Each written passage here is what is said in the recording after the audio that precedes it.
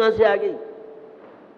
मुजफ्फरनगर में कई बार हमने कभी महाराज 10 लक्ष्य की नहीं, हम तो एक आसन नहीं किया है, हम तो यही नहीं पता पड़ता कब 10 लक्ष्य आए चले गए, पहली बार एक आसन कर रहे हैं। वो हिम्मत नहीं थी, लेकिन अब तो हिम्मत आ गई। आज एक दिन कर लिया, अब तुम 10 दिन हमारी नैया पार हो जाएगी। डर रहे थे पता नहीं कैसे बनेगा नहीं बनेगा। ऐसे बहुत युवा युवती बच्चे बच्चियां आप देख रहे हैं, मैं कई बार कहता हूं कि 10-10 दिन के उपवास करने वाली अनेकों कन्या युवा और अनेकों लोग हैं जो केवल 10 दिन में जल लेंगे। कहां से ताकत आई? महाराज इनकी अमेरिका का बना हुआ शरीर है, वो हमारा भारत का बना शरीर आपको मालूम नहीं है? ऐसा नहीं है, वही चमड़ी है, वही खून है, वही हड्डी है। ये तो हिम्मत है, साहस है। शरीर तो मोम है, आप इसको जैसा बनाना चाहे वैसे बन सकता है, क्या नहीं कर सकता व्यक्ति। पहले से ही डर हो जाता है पता नहीं। और मेरे पास बच्चे बहुत आते हैं हार देने के लिए। बच्चा कहता है हम 6 महीने रात में, मम्मी नहीं नहीं नहीं महाराज, अरे ऐसे करने तो दो। वो मंदिर का कह रहा है 1 साल का, और मम्मी पापा कहते हैं नहीं माना 1 महीने का दिला दो। कैसे दिला 1 महीने का? अरे इससे हिम्मत तो करने दो।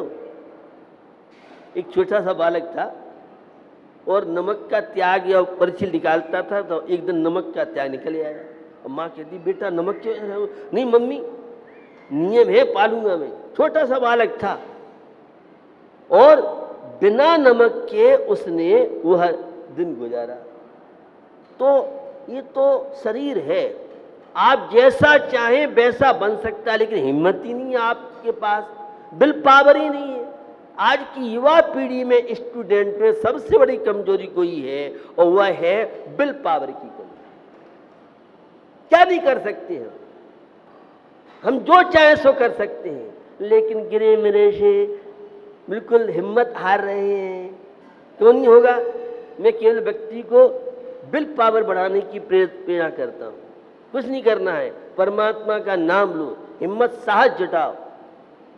चाहे वह एजुकेशन का क्षेत्र हो, चाहे बिजनेस का क्षेत्र हो, चाहे अन्य क्षेत्र हो, आज हिम्मत साहस व्यक्ति आ जाता है। और साहस गया फिर कुछ आपके पास नहीं।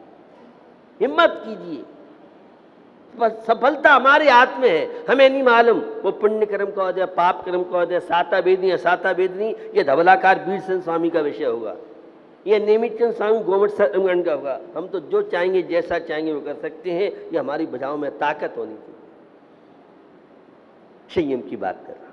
उत्तम संयम के साथ हम मुंडाज करते हैं तो 5 इंद्री और मन को कंट्रोल करना यह प्राण इंद्रिय संयम है, और 6 काय जीवों की रक्षा करना। नियम संयम तो पाल लेते हैं, लेकिन जीव दया आज बहुत कठिन कार्य। स्पर्शन नहीं, यह पृथ्वी काय, जल काय, अग्नि काय, वायु काय, वनस्पति काय, ये 5 स्थावर की रक्षा करना। और त्रस काय, 2 इंद्रिय से लेके 5 इंद्रिय जीवों की रक्षा करना, यह प्राणी संयम है।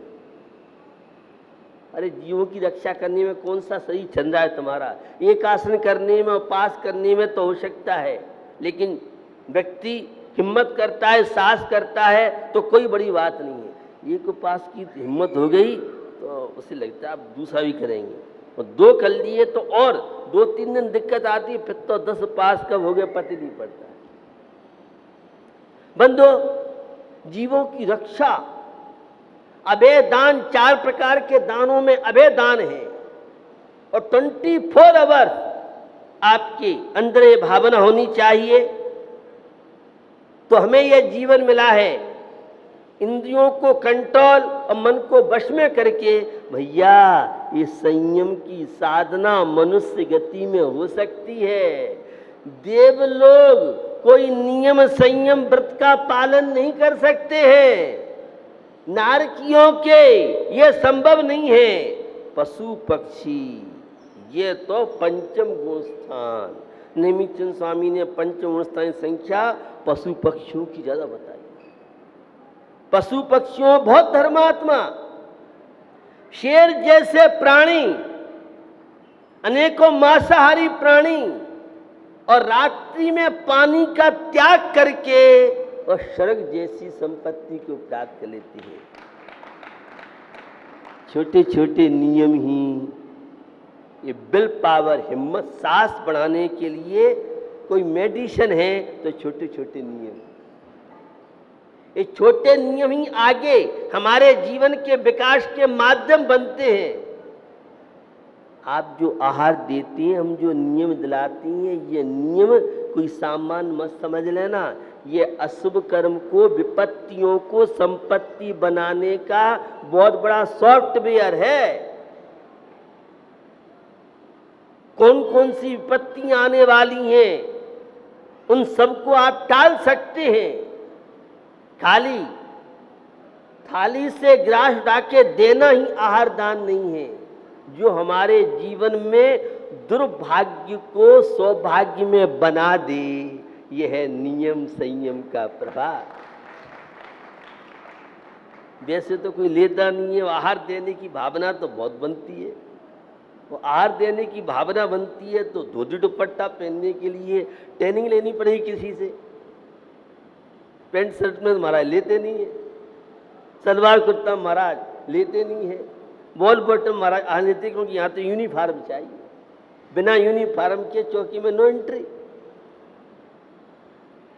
बहुत बड़ी चीज है मंदिर जाने का संकल्प, नियम।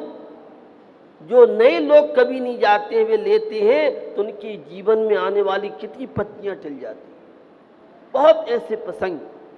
और अभी परसों सूरत से सुभाष शर्मा आए थे, बहुत बड़े वहाँ के व्यापारी हैं, अजय ने, प्रवचन रोज आते थे। मुझे 4-5 साल सूरत से आए हो गए और वे वर्ष में 2-3 बार कहीं भी मैं होता हूँ तो वो आती हैं। उस समय रात्रि भोजन त्याग किया, आज भी उनका वह नियम पालन हो रहा है। परसों आपने सम्मान दिया, युवा हैं, कोई लंबी छोटी उम्र नहीं। ऐसे कितने युवा युवती जैनित लोग। मैं तिजारा में था 10 लक्ष पर्व, वहाँ सैनी समाज, और आप देखिए पूरे तिजारा गांव में जैन के अलावा जैनित जो स्टाफ था उसने तो एक आश्रम, यही अन्य कितने लोग थे वहाँ जैनितर जो 10 लक्ष पर्व जैनी के नहीं, 10 लक्ष पर्व तो हमारे हैं। एक माहौल शहर में बना। व्यक्ति क्या नहीं कर सकता है। तो 5 स्थावर जीवों की रक्षा करना और त्रस्त जीवों की रक्षा करना, यह प्राणी संयम कहलाता है। बंधुओं, मन के अनुशासन से पूर्व आवश्यकता है आहार का अनुशासन, खान पीन में कंट्रोल होना।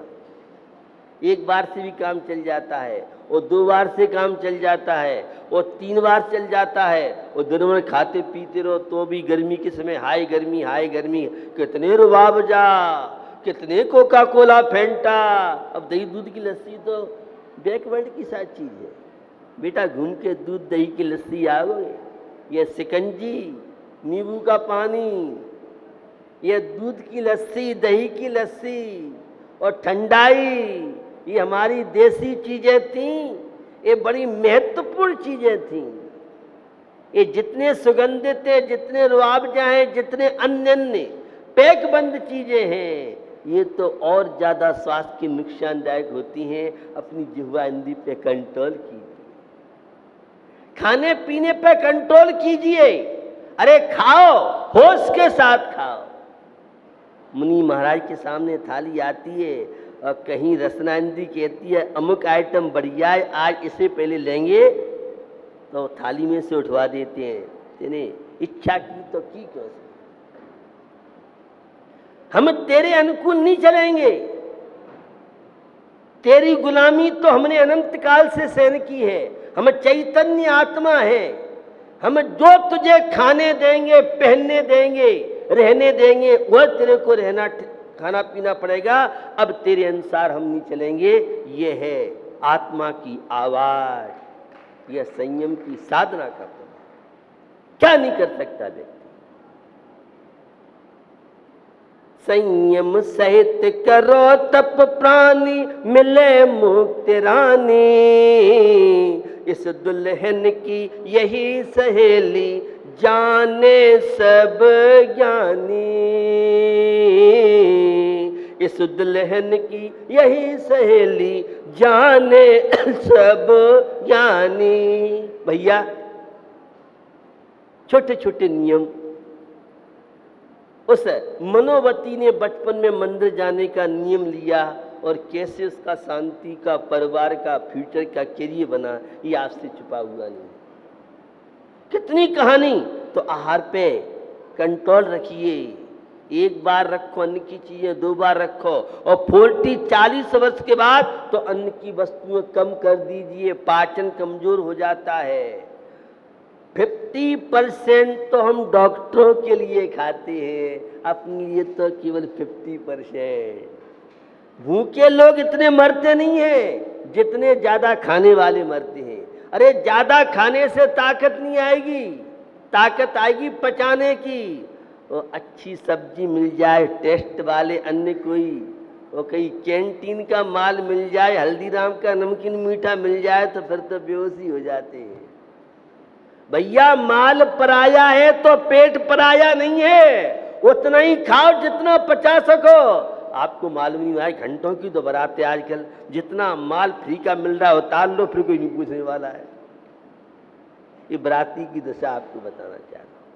सावधानी के साथ खाइए पीजिए, क्या खाने योग्य है क्या नहीं खाने योग्य है। आज सबसे ज्यादा प्रमादी आलसी कोई व्यक्ति है तो खाने पीने में। और पहले के लोग बंधा हुआ खाते थे, टाइम पे खाते थे। समय पे खाओगे तो भूख लगेगी, पचेगा, और दिन भर खाते रहोगे तो सारे का मल ज्यादा बनेगा, पचेगा कम। आज कब्ज की शिकायत अगर नहीं है तो वो युवा युवती जवान के लेने का अधिकारी नहीं है। या तो दस्त लगने चाहिए, डायरिया हो या कब्ज हो। ये पेट खराब क्यों होते हैं? ये ज्यादा खाने पीने की असावधानी से होते हैं।